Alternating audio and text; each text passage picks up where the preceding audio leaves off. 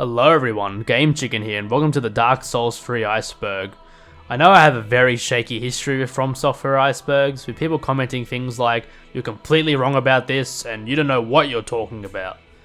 While I wouldn't call myself a lore fanatic, I am a big fan of the Soulsborne series and I just love to talk about these games. I take any opportunity I can to provide some of my own insight for these awesome games.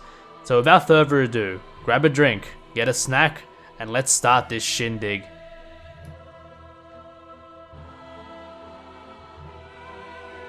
Illusory walls. Illusory walls are a pretty widely known mechanic in the Soulsborne series. It involves finding a wall that looks normal, but is ever so slightly askew. Hitting the wall or rolling into it reveals that the wall is just an illusion, hence the name Illusory Wall. Need I say more? The game is very hard. This is just the personal opinion of the Iceberg's creator, plus the internet as a whole. Dark Souls has gained recognition for being a tough series of video games. Whenever a game has higher than average difficulty, it's often referred to as the Dark Souls of its genre. I personally find these comparisons to be extremely annoying, so does most of the internet, I feel. I think half the difficulty of Dark Souls comes from the first impressions the player has of the game. To me, Dark Souls isn't that hard, it's just very cryptic about its game mechanics. Once you get the hang of it, it's just like any other game. Hell, I personally think that some parts of Super Mario 64 are harder than any Dark Souls boss. Have you ever tried to do the 100 coins mission in Tiny Huge Island? That could drive a man insane.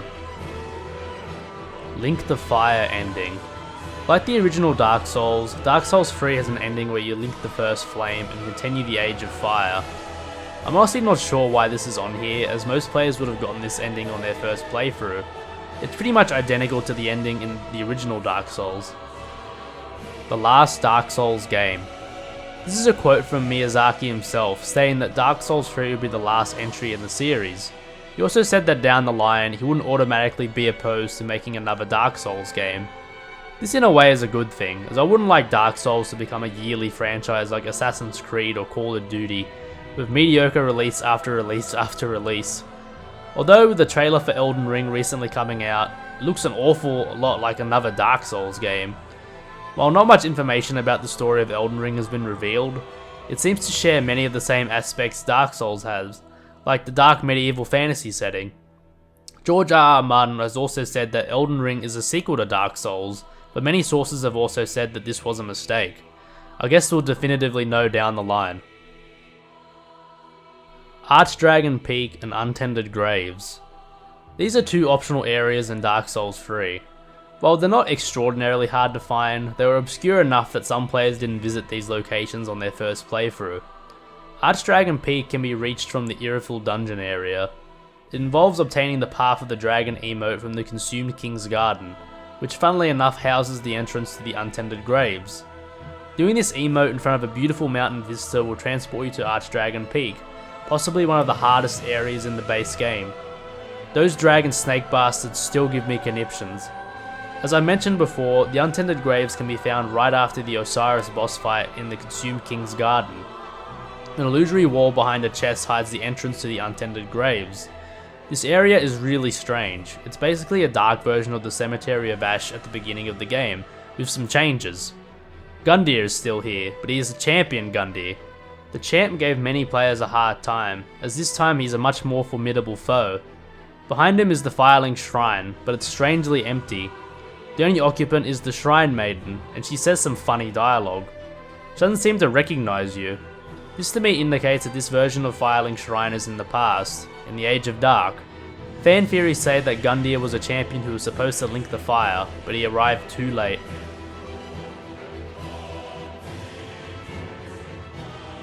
The End of Fire ending. This is another ending you can obtain. If you obtain the Eyes of a Firekeeper from the Untended Graves and give them to the Firekeeper, you unlock this ending. After you kill the soul of Cinder, a summon sign will appear and you can summon the Firekeeper. The world eventually fades to darkness as the Age of Fire comes to an end, ushering in the Age of Humanity. You can also obtain a slightly different version of this ending, where you kill the Firekeeper, you monster. This is known as the Unkindled ending, but beware. If you're an achievement hunter, I suggest you let the ending play out on its own, as you will not get the achievement for this ending if you go down the Unkindled route. Havel's Armor. Perhaps one of the most recognisable armor sets in Dark Souls, Havel's Armor is legendary amongst fans. It is obtainable in every Dark Souls game, but the way you get it in Dark Souls 3 is kind of obtuse. In Archdragon Peak, you can find Havel, or a lookalike. If you kill him, he won't drop his armor, but he'll drop a Titanite slab and his famous Dragon Tooth weapon.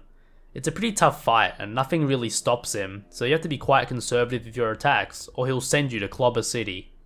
So where does his armor set end up? Well, you have to go all the way back to the bridge in Farron Keep where you fought the Stray Demon. Walk up to the gate and it'll just be sitting there on the right.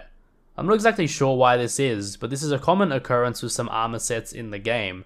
It's also funny that you never get Havel's armor from a Havel NPC in any of the games, but from a chest or some random place in the world. Dark Souls 3 is the end of the world. When you get to the Kiln of the First Flame, the world is seemingly collapsing in on itself. If you look around the area, you can see a mishmash of buildings from different stages, like the Undead Settlement and Lothric Castle, colliding and collapsing into each other. Most fans see this and take this as a sign of the end times, with timelines and different locations colliding into each other.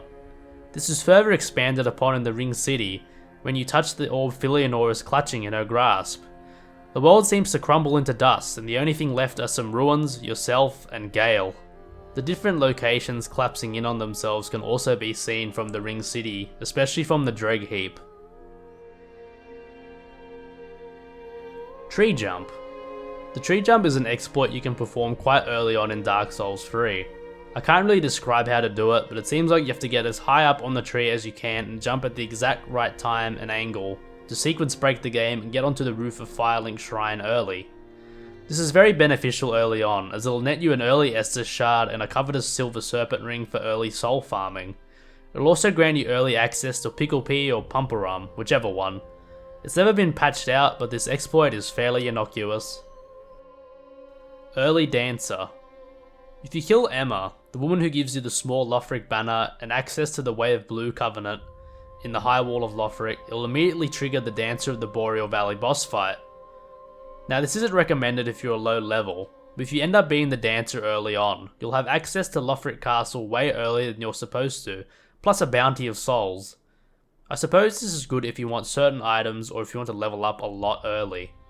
I have a hard time dealing with the souped up Lothric Knights when I'm leveled up, so I can imagine how hard they'd be if you were just an hour into your playthrough. Bow Glitch. Now I don't know exactly how this glitch works, but it involves having a bow equipped and switching weapons so they gain properties that they usually aren't allowed to have. For example, you can give a weapon a completely different stance, or you can use this glitch to buff a weapon like the Moonlight Greatsword with a magic buff. As far as I know, this glitch won't get you banned from online play, but it is highly frowned upon and most people will think you're a scumbag if you use it in PvP, so use with caution. Soul of Cinder imitates Gwyn. Soul of Cinder has two phases in his boss fight.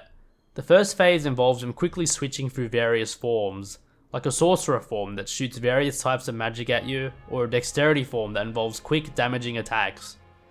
When you beat his first form, the Soul of Cinder will explode and will gain a moveset that is very reminiscent of Gwyn. The soundtrack even shifts into Gwyn's theme. It's a bittersweet moment that sends shivers down your spine, as it makes you think of how far you've come, and makes you reminisce about your first time playing. The Soul of Cinder is like a memory of all the people who have linked the fire in the past Dark Souls games, and that of course includes Gwyn.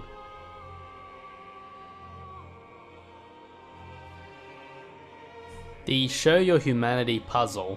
This is a puzzle that is featured in the Ring City DLC. When you get deeper into the swampy area of the Ring City, you will arrive in a room with a message that states, "Show your humanity." This perplexed many players, as humanity is not an item present in Dark Souls 3. Someone eventually figured out that if you use a white branch in the swamp, you'll morph into a large humanity sprite. Walking up to the message will then trigger a ladder to lower, and you'll gain access to a secret area. This area contains the Purging Monument that Lap is looking for. You can use this monument to remove your hollowing, but it comes at a mighty cost. Usurpation of Fire ending. This ending is rather obtuse as it contains many steps to trigger it. First you'll need to find Yol of Londor and recruit him to your cause. Level up with him 5 times so you'll cause him to die. You'll also have to stay hollowed for this ending to work. Next, you have to find Anri of Astora and exhaust all dialogue with him or her. After that, find Anri again in the catacombs of Carthus. Do not tell Anri of Horus's whereabouts. Next, enter the Smouldering Lake and kill Horus. Anri will then move to the path near the wooden bridge before the High Lord Wolnir boss. Again, exhaust all dialogue. If you killed Horus before this, you can choose to tell Anri of Smouldering Lake. This will make her set up a gravestone for Horus. Otherwise, you can just say nothing. Warning, if you choose the Smouldering Lake option and Horus is still alive, Anri will be killed and you will not be able to get this ending, so be careful. Next, find Anri at the Church of Yorshka bonfire and exhaust all dialogue. There is an assassin disguised as a statue in one of the corners of this room. Do not kill it. After killing Pontiff Sullivan, speak to Uria at Firelink and exhaust all dialogue options until she says something about your spouse waiting at the Temple of the Dark Moon. Next, perform the wedding ceremony in the Dark Moon tomb. If you've beaten Gwendolyn in the original Dark Souls, you'll know where this is. Talk to the Pilgrim NPC and accept the sword. Use the sword on Anri and you'll receive 3 Dark Sigils. After this, talk to Uria one last time and she'll tell you to link the fire. Lastly, kill the soul of Cinder and link the fire. Don't summon the Firekeeper as this will fuck the entire ending. Congratulations, you're now the Lord of Hollows. You now have a legion of beef jerky men at your command. As a bonus, you can also go back to where Uria once stood and get her items. Rosaria is Guinevere. Some fans have speculated that Rosaria and Guinevere are connected in some way. Some going as far as to say that Rosaria is Guinevere. The similarities are numerous. They are both found and worshipped at their bedside, are leaders of their own covenants, and Rosaria's soul can be used to grant you one of Guinevere's miracles. To further the connection, Ringfinger Leonhard brings Rosaria's soul to where Guinevere can be found in the Anor Londo Cathedral. They also share the title of Mother. In my opinion, there isn't really any rock-solid evidence that Rosaria is Guinevere, but there sure are lots of connections between them. If Rosaria is Guinevere, what made her go from being this resplendent goddess to this half-human, half-slug monstrosity? There's a lot of unanswered questions here. Lap's true identity. I think many people caught onto this before even reaching the end of the Ring City DLC, but for those who haven't, there is a character that is heavily featured in the Ring City named Lap. He is the only other NPC that you meet in the Ring City. He's a jolly fellow that helps you by telling you the locations of some neat treasure. He has a problem though, he can't remember who he is. He's trying to find a purging monument, hoping it'll return his memories and finally solve the mystery of who he is. There is an entire questline that you have to go through in order to reveal his true identity, but if you do it correctly, you'll eventually learn that Lap is actually Patches. Seasoned veterans would have known straight away, as Patches' voice is very recognisable. He even kicks you off a ledge a final time, but this time not into danger, but a Titanite slab. It's funny to know that Patches was one of the people that made it to the end of the world. Rubbish to one such as I, devoid of all worldly wants. I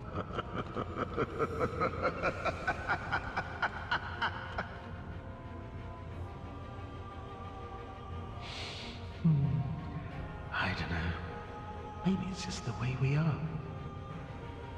I'll stick you in my prayers. A fine dark soul to you.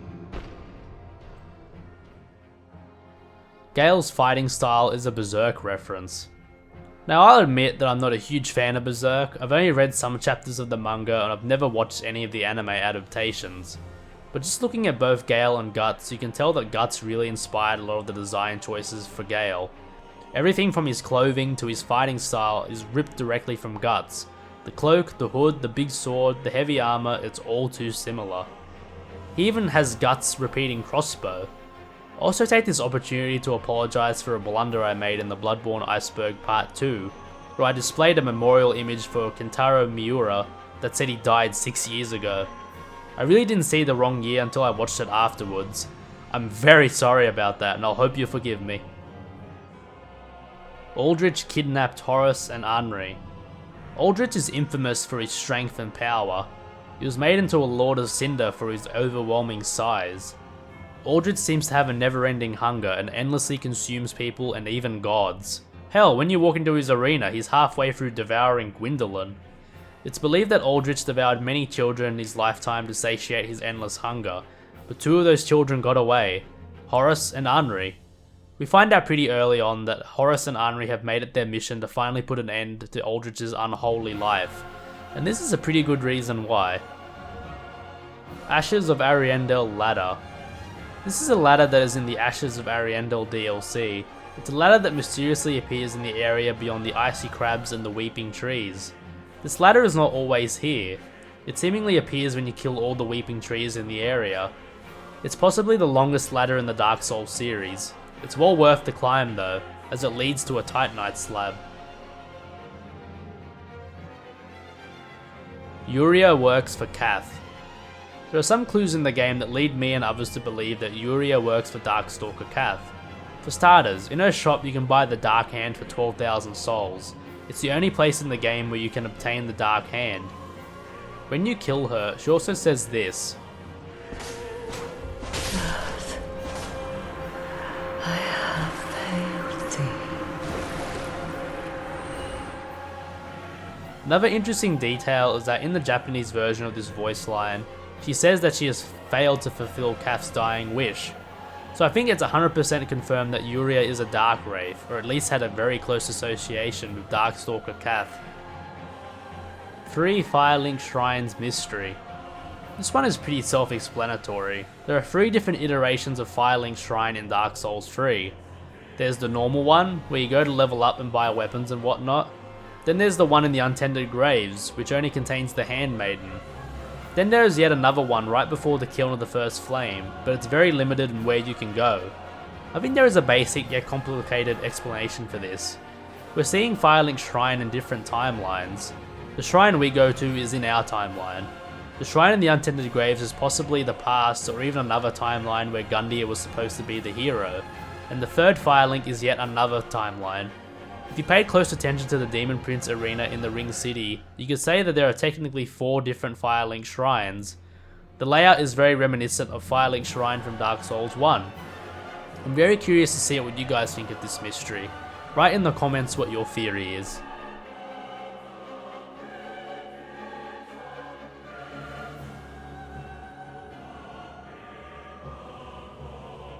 Smouldering Lake was created by Ash Lake and Demon Ruins being brought together. A common theme of Dark Souls 3 is worlds converging. This is a theory that Smouldering Lake was birthed from the converging of Ash Lake, Lost Izalith and the Demon Ruins. It sort of makes sense since the area looks like a mix of the 2 places. You can even stumble upon what appears to be the remains of the Fair Lady, the Covenant leader for the Chaos Servants in Dark Souls 1. Geographically, in Dark Souls 1, Ash Lake and Lost Izalith are pretty close to each other, as you can see both areas from the Tomb of the Giants.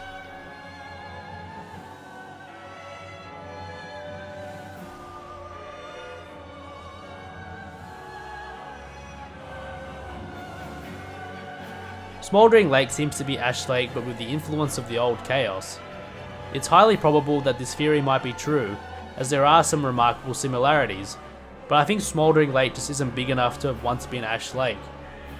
Ash Lake is massive, it's overwhelmingly big, with trees going as far as the eye can see. What do you think? Parallel universes. Again, this isn't really a foreign concept in the Dark Souls series. Solaire said it best, time is convoluted. There are millions of timelines where details are slightly changed. This is evident in the Soul of Cinder boss fight, when the Soul of Cinder changes from one style of fighting to another. This implies that there were many champions who linked the fire, not just one singular character, all in different timelines. Hell, the whole summoning system runs on this idea of getting help from characters in parallel universes. This concept is also heavily present in the Artorias of the Abyss DLC, when you go back in time to Ulasil. You find out that Artorias wasn't the hero who beat back the Abyss, but it was you. Think of it this way, every character's save file in Dark Souls is its own universe. Trippy, huh? The Havel in Archdragon Peak is the real Havel. Havel is an enigma within the Dark Souls universe. He makes an appearance in each game, but no one really knows who the true Havel is. You supposedly find him locked in a tower in Darkroot Garden, but no one really knows if it's actually him. He does wear the armor and has his trademark weapon and amazing ring. but his company of knights also wore the same equipment. So could the mystery knight just be one of his men? You also find his armor behind a hidden wall in Anor Londo alongside an occult club, referring to his plot of overthrowing the gods. It makes sense that Havel would have been thrown into a prison to stop him from going through with his plot. Havel's set can be found in Dark Souls 2 in the gutter area. Havel himself doesn't actually make an appearance in this game, but in a boss fight in the Crown of the Sunken King DLC, ancient soldier Varg is a dead ringer for Havel. You randomly find Havel in Archdragon Peak, staring at a dead dragon. He puts up quite a fight, but again there is no definite proof that he is the real Havel. As I mentioned before, after you kill him, Havel's armor appears on the bridge where the Stray Demon roams. Curiously enough, the Stray Demon's soul can be transposed into Havel's ring. This to me suggests that Havel was somehow transformed into a Stray Demon. There are some connections, like the Stray Demon being more rock than flesh, but this theory just seems too ridiculous. Reminds me of the Solaire is the Carthus Sandworm theory, just because it shoots lightning. Anri is wearing a reversal ring if your character is female. This is a confusing title for the entry as it is somewhat misleading. It's pretty well known that Anri is whatever gender that is opposite to yours. If you're a male, she's a female. If you're a female, he's a male. Pretty basic. Oh, hello. How do you do? I'm Anri of Astora. Unkindled like you. Oh, hello. How do you do? I am Anri of Astora, unkindled like you. I don't know if it's canon that Anri is male in the story, but I guess they added this detail so the marriage storyline would make more sense. There are no references to homosexuality in Dark Souls, so I guess the concept of gay relationships just doesn't exist. To make it clear, if you kill Anri as a female character, he will not drop a reversal ring. The only reversal ring you can find is in the Darkmoon Tomb, which I think in itself is a cheeky reference to Gwendolyn's androgyny. The new painting leads to the Bloodborne world. I think this is more of a fan theory than anything, as I've heard this theory in my research for the Sekiro Iceberg as well. I personally think that characters like Ringfinger Leonhard and Marvelous Chester are more solid connections between Dark Souls and Bloodborne, as they share the Victorian aesthetic that Bloodborne has. The painter in Ashes of Ariandel is painting something, most likely a new world, but the fact of the matter is we don't really know what she is painting, hence all the speculation. Maybe she's painting Elden Ring. It'd be pretty funny if they had a level in Elden Ring where you jump through a painting and end up in Dark Souls. Dark Souls 3 proves that Ornstein was an illusion. When you try to touch Guinevere in Anor Londo, and I know you have, you sick fucks, she seemingly dies without much trouble. Anor Londo will go dark and Gwendolyn will announce that you've dispelled an illusion. Many of the enemies will disappear from Anor Londo when this is done, implying that most, if not all the enemies were complex illusions. They fucking hurt for illusions, I tell you what. Anyway, after you beat Smo, he's never seen again in any of the other games, but Ornstein makes an appearance in Dark Souls 2, looking a bit more silver than usual, but he's not referred to by his name, instead being called the Old Dragon Slayer. There are many theories proving or disproving that this is Ornstein, but that's for another time. In Dark Souls 3, after beating the Nameless King, you can find the Dragon Slayer set, which is undoubtedly Ornstein's armor. The description reads, armor associated with Dragon Slayer Ornstein, from the Age of Gods and imbued with the strength of lightning. In the Dragonless Age, this knight, who long guarded in the ruined cathedral, left the land in search of the Nameless King. This implies that Ornstein left Anor Londo a long time ago, before the events of Dark Souls 1. This proves that the Ornstein and Smo that you fight in Anor Londo are just elaborate illusions. Kinda makes it more insulting that you got beaten so many times by them. They're not even real! Cath is controlling Pontiff Sullivan. I couldn't find much about this theory other than some cut content that suggests that he was closely connected to the Eclipse, as well as to Darkstalker Cath. Thanks to some delving by the legendary Lance MacDonald, he found some cut content that revealed Pontiff Sullivan was originally meant to be the final boss, and he was supposed to be fought in another version of the Untended Graves. Lance also found that snakes once played a great role within Dark Souls 3, with Cath making an appearance in the Twin Princes boss arena. I'm unsure if this was for a boss fight or just an encounter. This cut content suggests that Cath and the Ponti were very much connected in some way, but I can't really elaborate any further.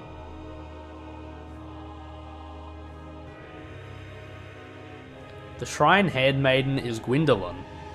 I actually couldn't find much about this theory other than some posts from Reddit. The Shrine Handmaiden looks remarkably similar to the old hags you talked to at the beginning of Dark Souls 2, which leads me to believe that she was formerly a Firekeeper. She was also blind, which is a trait that many Firekeepers share.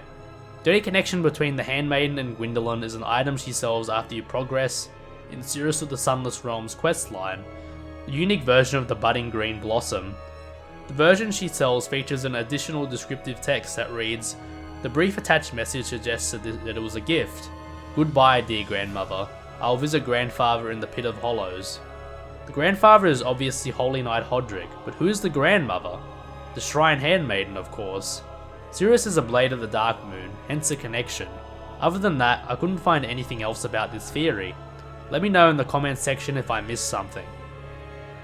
Medea Arena in Dark Souls 1 opening. Some eagle-eyed players noticed that Dark Eater Medea's arena is remarkably similar to the cave seen in the opening cinematic for Dark Souls 1, where you can see the 30th pygmy. Could this cave be where the first flame was found? I don't know, but the Ring City seems to have lots of references to places from Dark Souls 1, so it wouldn't surprise me if this were true. Either that, or they did this on purpose and waited to see if anyone would notice. The Ring City is an illusion created by Filianor. What is it with this series' obsession with illusions? Anyway, I think it's pretty obvious that the only thing keeping the glorious visage of the Ring City intact was the orb Filianor was clutching in her hands, until we came along and touched it and fucked it up. The orb crumbles and we're left with visions of ruins and dust. Filianor has been dead for a while and nothing else seems to remain, other than you and Gale. Some people have also theorized that the Ring City is a dream, not an illusion. When we first happened upon Filianor, she seems to be asleep. It is implied that it wasn't the act of us crumbling the orb that destroyed the illusion of the Ring City, but it is the awakening of Filianor that stopped her from dreaming, therefore destroying the Ring City. It sort of makes sense, but it's hard to tell what's true or not. The whole fate of the world depends on Filianor never waking up, apparently. Real reason why you can't use Rosaria to change your gender. Again, I couldn't really find a solid reason why this feature wasn't implemented into Dark Souls 3, but common sense dictates that the most obvious reason is the Androgyny questline. Not that there's anything wrong with a same-sex relationship, but I think it was part of Miyazaki's vision. The only game that features a gender swap mechanic is Dark Souls 2, with the coffin found in Things Betwixt. If you really want to change your gender or do something close to that, just wear the reversal ring, even though it's a waste of a ring slot in my opinion.